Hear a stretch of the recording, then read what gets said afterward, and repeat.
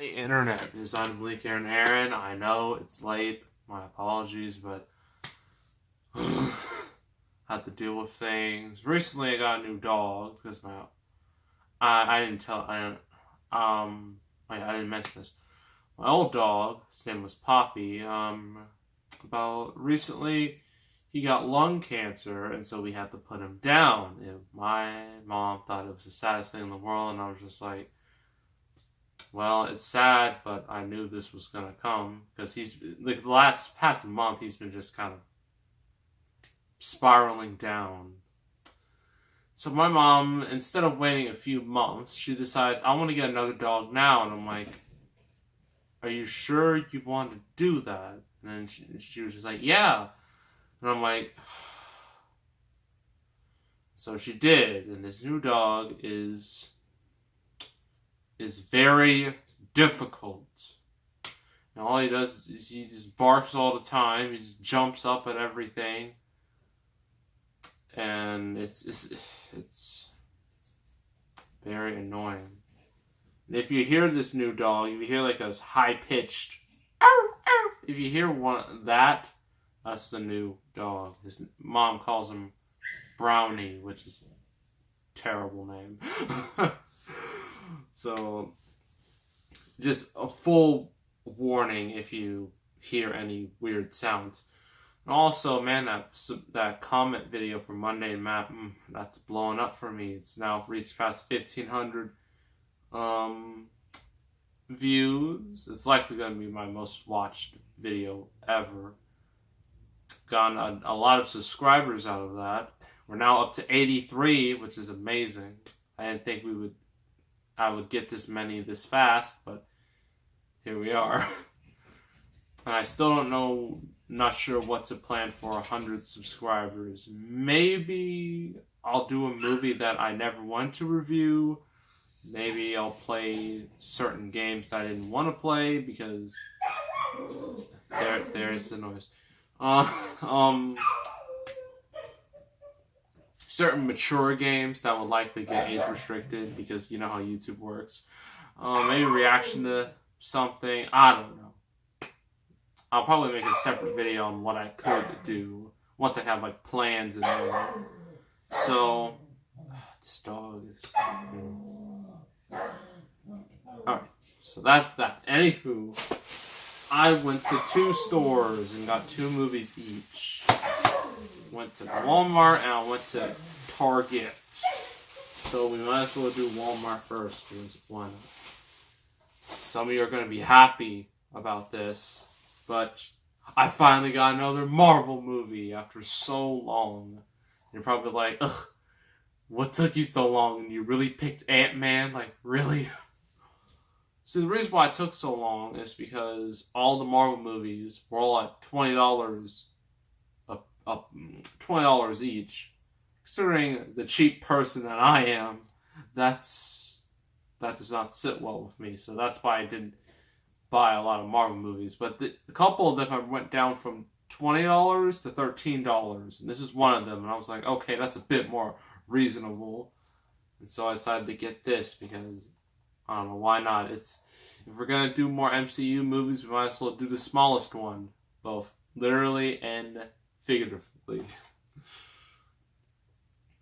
And I already reviewed the sequel, so you want to go check that out, go right ahead.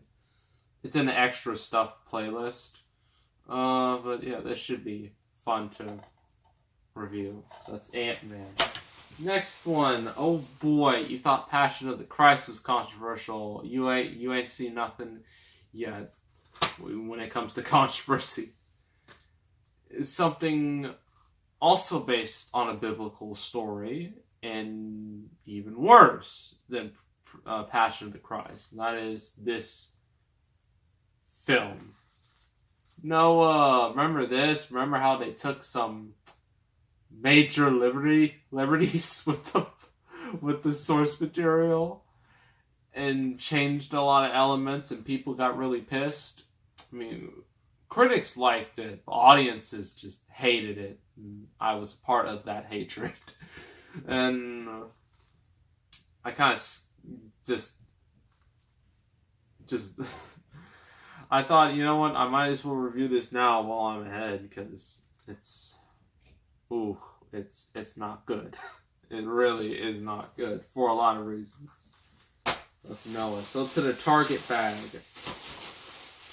Another 2 in here. One is interesting, one is not so interesting. So we start with the not so interesting. Ice Age 3. I was like, you know what? I just did the second one.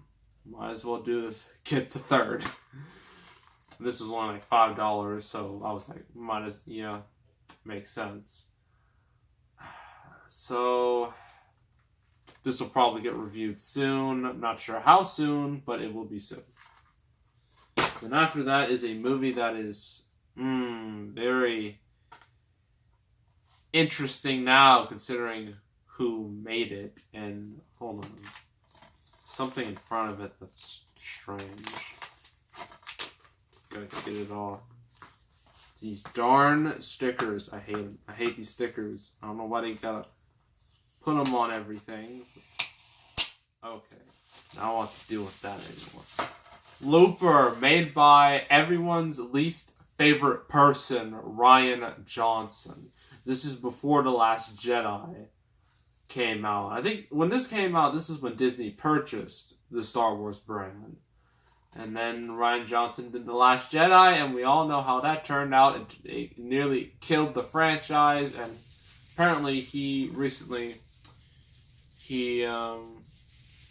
made fun of a Star Wars YouTuber, and that backfired horribly. And at this point, I don't even care about Rian Johnson. I mean, honestly, being brutally honest, this may sound super cruel, but if he would have just fallen off the face of the earth like the next day, if he just would have disappeared, he would have gotten kidnapped, dead. If any of that happened, I wouldn't have cared. I wouldn't have lost 1 second of sleep over it, because he's become a super unlikable person. He's incredibly unlikable. You know, he thinks his movie's so great, and he thinks anyone who criticizes it is a man baby, that you can't sympathize with him. There's no way you can sympathize with him. And yeah, it's ugh.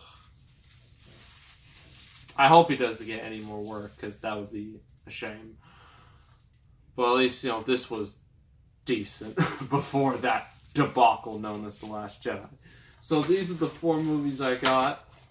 They range from good to bad, as you see. And they're all different genres, so that makes it more interesting. So yeah, those are the 4. So our real review... Where is it? Oh. So we just did the Rugrats movie. That was a long review. We might as well do the 3rd one. You're like, where's the 2nd one? Where's In Paris? Well, I couldn't find it in Paris, so that's gonna have to wait. So we might as well do Go Wild now. And this Rugrats movie is interesting, because not only is it the 3rd one, this is a crossover with the Rugrats and the Wild Thornberrys, which is also... was created by the same people from Rugrats. Same style, same everything, except it's much different. So yeah, that's the whole gimmick of this movie, a crossover. And another gimmick, we have Bruce Willis as Spike, the dog from Rugrats. Because, in the Wild Thornberrys, Eliza Thornberry, she's been given the power to talk to animals, and now we finally get to see how Spike's really thinking about things, and that's interesting. But that's more like a cheap gimmick more than anything. So considering the new reboot, the new reboot series and the new movie is going to be coming out in 2 years, I thought might as well do this now. This feels kind of empty. Oh, I thought something important was in here. Dang it. Oh, scene selections. Who remembers this? They had this as a separate little thing in the DVD, but I don't know why they did that. If you want to read the back, you go right ahead. If you don't care, well, let's just get to it. The Rugrats family vacation takes an exotic detour when their boat capsizes and they become shipwrecked on a deserted tropical island. With the jungle as their new backyard, the babies race wildly from one dangerous adventure to the next, soon to discover that someone else is on the island. It's the wild Thornberrys on an island adventure of their own. When these two families get together, the excitement really starts. Nigel thinks he's 3. The babies get trapped in a perilous whatever jam and must be rescued by Spike. Must be rescued. And Spike Speaks, featuring Bruce Willis as the voice of Spike. Do the Rugrats ever get off the island? Will the babies be saved? Will Nigel ever grow up? Watch this zany family film and find out the answers as the Rugrats take off on one wild adventure. So, time to explain this entire plot and spoil everything. Because with this movie, it's super easy. So, like the other Rugrats movies, it starts off in I guess you could say, a fantasy sequence. Except the first 2 were movie parodies. The first Rugrats was Indiana Jones. The second was The Godfather. And this one is not really basing on any movie. It is parodying a nature show. Like the Wild Thornberrys. That's what it's parodying. And in this sequence, you got, the new Rugrats gang, your usuals, Tommy, Chucky, Phil, Lil. You also have Kimmy, who was introduced in the second movie. And, yeah. So, this is this whole big sequence of, they get chased by a tiger, and then they nearly get eaten by they call it a crocagator, because they don't know the difference between crocodiles and alligators. They're babies, give them a break. And they're, near the end of their little dream, I guess you could say their little fantasy adventure, they're, stuck in quicksand, and then this tiger is straight up about to massacre them. And then you realize, oh, it was all a sequence. It was all imagination, as SpongeBob would say. And then, Angelica's there, being the spoiled brat she always is. And she's, criticizing Tommy. She's like, you're trying to be she calls him Nigel Strawberry. And he goes, their name's Thornberrys, but they say Strawberry because, it's funny. And Tommy's just like, yeah, he's my hero. I want to be like him. And Angelica's just like, yeah, no. And she says these exact words. Yeah, there's nothing but a backyard baby with a diaper full of dreams. And I'm like, man, that's kind of harsh. And then she just leaves. And then, the other babies, even Phil, he's just like, wow, that was mean. And then he's just like, hey, you all want to go get some cookies and stuff? And they're like, yay. And they just ditch Tommy. I'm like, wow, Phil, you're a terrible friend. And Tommy's all sad, and then, he sees Nigel on the television, in his usual adventures, and he feels a bit better. And you're like, okay, when's the plot gonna kick in? We find out that all the adults, they're going on a cruise ship, the Lipschitz cruise, if you will. To relax, have fun. At least that's what they originally think. And Stu, Stu, Tommy's dad, sets up this whole thing with all the parents and whatnot. And they finally brought Susie along, since she did nothing in the other 2 movies. They're just like, oh, wait, we can use Susie. Let's use her at least once. So at least they did that. And they mainly explain the reason why she's on the cruise is because her mom's, getting I forgot. She's getting a award. Her mom got a reward for discovering a new disease, and her dad is busy cutting a ribbon for the Gummy Bear Festival thing. So that's the reason why she's on the cruise with them. And so all the adults are waiting on the for the cruise. They're waiting for Stu, but then while they're waiting, the cruise ship is just gone. They're just like, nope, sorry, bye. And then they find out, oh, Stu swerved them all, and instead he's on this little freaking ship, and all the adults are pissed, obviously. And Charlotte, Angelica's mother, she's not having it. She straight up just dives off, the boardwalk, and then she tries to swim to the ship, and I'm like, well, wow, that's some dedication. And so eventually they are all on this little ship going out to sea and hanging out. The babies don't mind, but the adults are obviously very upset at Stu. Why wouldn't they be? They probably... I'm not sure who paid for this trip, but if all the adults were paid and they were screwed like this, I would be pissed too.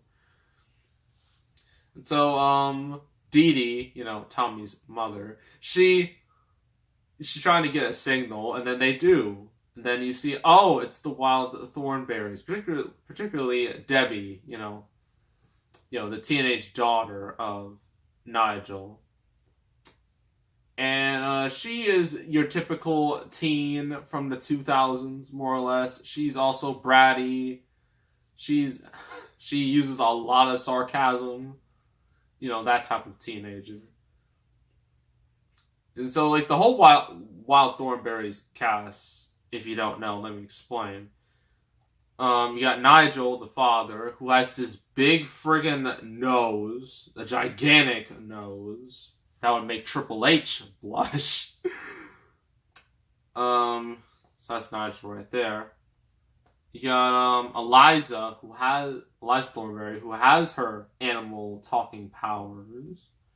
You got her friend, companion, I guess you could say, Darwin, who she befriended.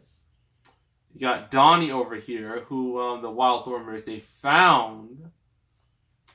And you don't see her in this, which I think is kind of terrible.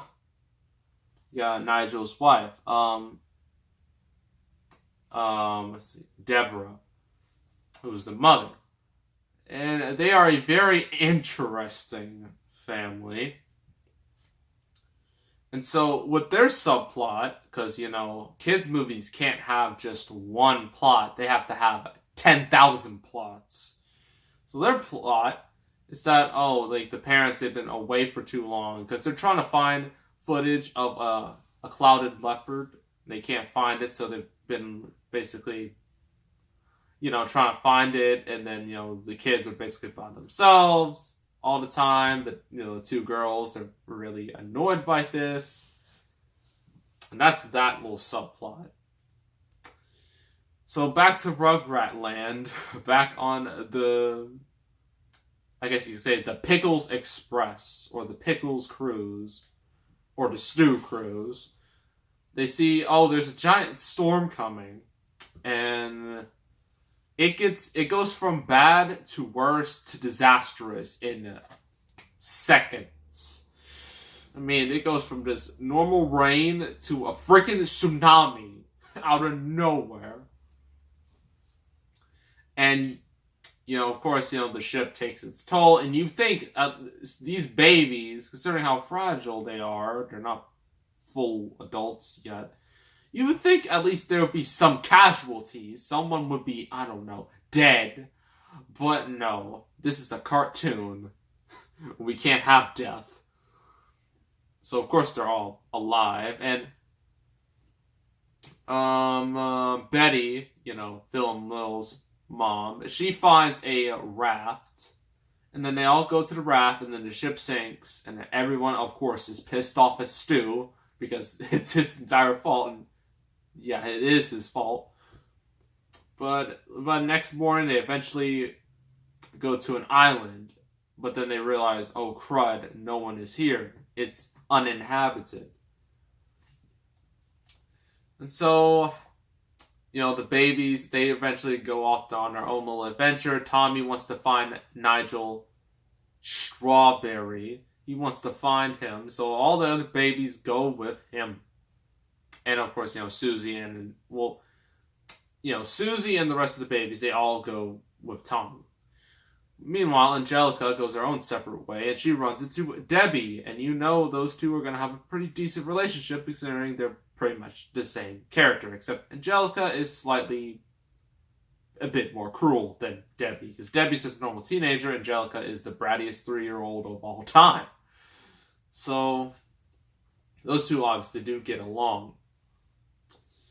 You're probably wondering, what are the adults doing? Well, in the midst of all this chaos, Betty decides, hey, I'm going to be the new leader. So, Stu, yeah, goodbye. You're not being the new leader. You got us into this mess. You're getting demoted. So that's what all the adults are up to. And none of them are looking after the kids. And you're just like, how on earth are these people still parents? How is no one called Child Protective Services? I don't know. It boggles the mind. And of course their dog Spike, also goes off his own little adventure. And meets up with Eliza and Darwin. And now we finally get to hear how Spike, acts, how he thinks, how he talks. And it's exactly how you would expect. He talks like... Reminds me of Doug from Up. Except, Doug was more charming. Spike is just more... whatever. So what else? So you see, this plot's going in a lot of directions. Maybe a little too many directions. And, Nigel does meet the babies, but not in the usual way. Nigel, actually, he sees the toddlers, and he falls down a hill, and then, I think it was a coconut, just knocks him in the head, basically gives him a concussion. He gets amnesia and thinks he's 3 years old.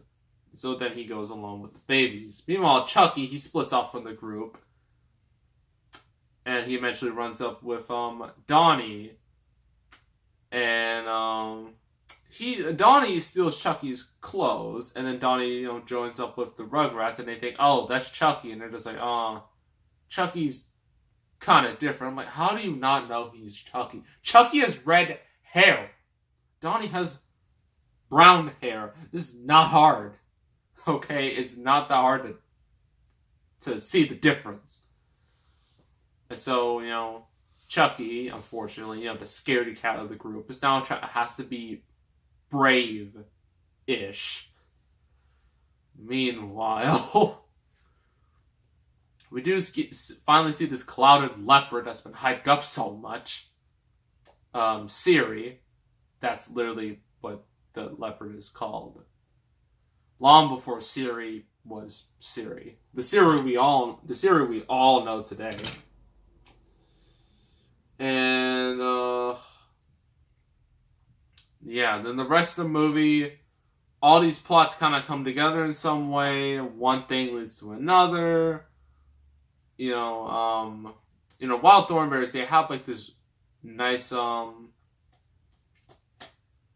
it's not exactly an RV. I forgot what it's called. The Convoy. Yes, the Convoy. This nice convoy. It was basically a house on wheels. It even has a raft under there. It even has like a bathysphere, which is basically a mini submarine. Of course, Angelica gets her hands on that, and that's obviously not a good thing. And then all the babies, and Susie and, Nigel, they're all on this little bathysphere. And stuff, happens there. And then, the plot gets a bit more straightforward, because they're stuck in the middle of the ocean. They're stuck all the way down there. There's not much oxygen. So all the adults have to, figure out, how are we going to get them out of this predicament.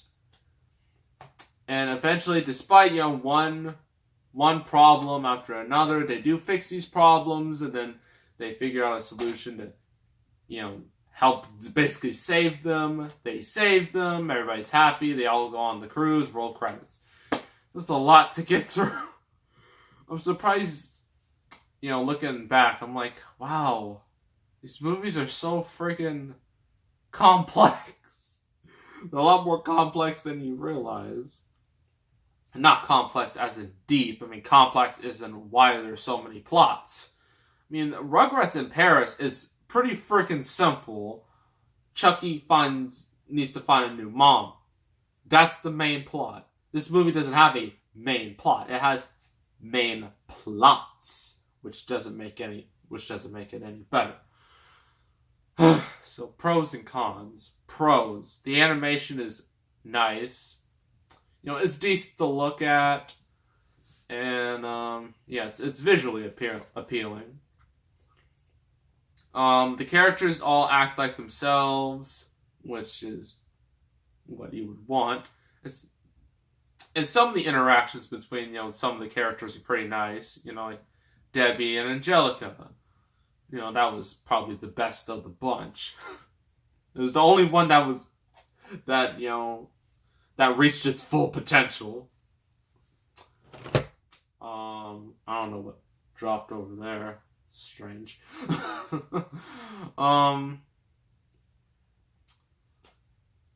But cons. Too many plots. This is the same problem I have with Ice Age: The Meltdown. Why so many plots? Why can't we just have one straightforward, simple plot? Why do kids' movies have to have 400 plots going on at once? I mean, some would say, oh, kids have such short attention spans, we got to put as much as we can. Sure, okay, some kids are like that, but you don't have to do it with every single movie. It gets tiring after a while. And a lot of parts of this movie are super duper duper cliche, and you know how I hate cliches. So obviously I didn't like that very much. And the whole Spike Speaks gimmick, well, it was kind of useless in the grand scheme of things. It really didn't need to be there. Overall, my God, this movie. Is it a bad movie per se? Not really. Oh, I forgot, there's songs in this, and they're all terrible. So that's another con. So is this a terrible movie? No. Is it a good movie? Not really. So I'm going to have to give this a 4.5 out of 10. I know some of you are like, ugh, I love this movie as a child. How dare you give it that low of a score?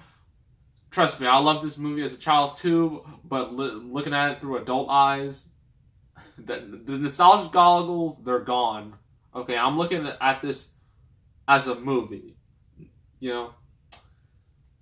I'm not going to have some sort of a bias towards it. So 4.5 out of 10. It's okay for little kids, but for adults, yeah, you want to leave the room and just keep their eyes on that television for, well, how long is this? It should be here. 80 minutes. Just keep their eyes on this TV for 80 minutes and they'll be fine. But anyone else, I wouldn't suggest it. So that's Rugrats Go Wild. Next review, not sure. It might be one of these. You never know. I guess you'll figure out eventually. So, yeah. Or it could be anything from here that I haven't done yet, because there's some interesting things I could do that are in that collection. So yeah, make sure to subscribe, like this video, leave a comment, and check out my other my videos for all the new subscribers. There's a lot of content you can go through, trust me. There's over 800 videos. So yeah, for all the new subscribers, have fun with the channel. And hoping we reach, I'm probably gonna reach 100 subscribers by the end of the year. I might reach that even faster if something else with Monday Matt pops up and I make a part 4. So all that is fun. So that is all, and I am out.